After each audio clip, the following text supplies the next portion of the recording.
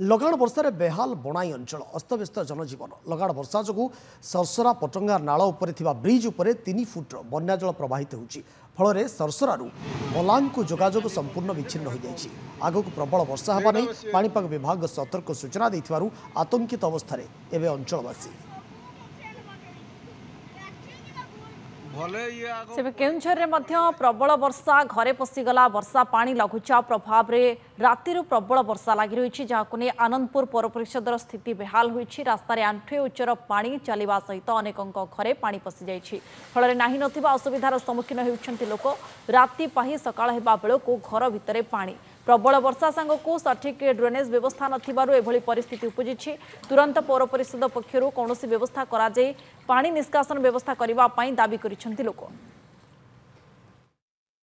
हम घर द्वार पानी रे भासिलानी साप बेंग सबु पसिलेनी रोषेईबास भी करि परिबु नै सबु बरस एमिति होउची आसुचंती देखि देउचंती किछि कुआडे किछि बुझु नाहंती किछि करू नाहंती कौन आम केमिति रहीमु केमिति चलीमु। आम घर को प्रत्येक थर आम कंप्लेन दउछु म्युनिसिपालिटी ऑफिसर ग्राम साथी समस्त को देला परे मध्य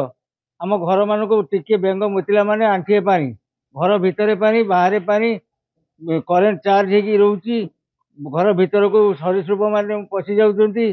एथिपई कौनसी प्रशासनिक अधिकारी वर्तमान जदि अच्छे आसिक स्पॉट उपर देखंतु केमिति कौन परिस्थिति आम रही केमिति चलू म्युनिसिपालिटी लाभ कौन।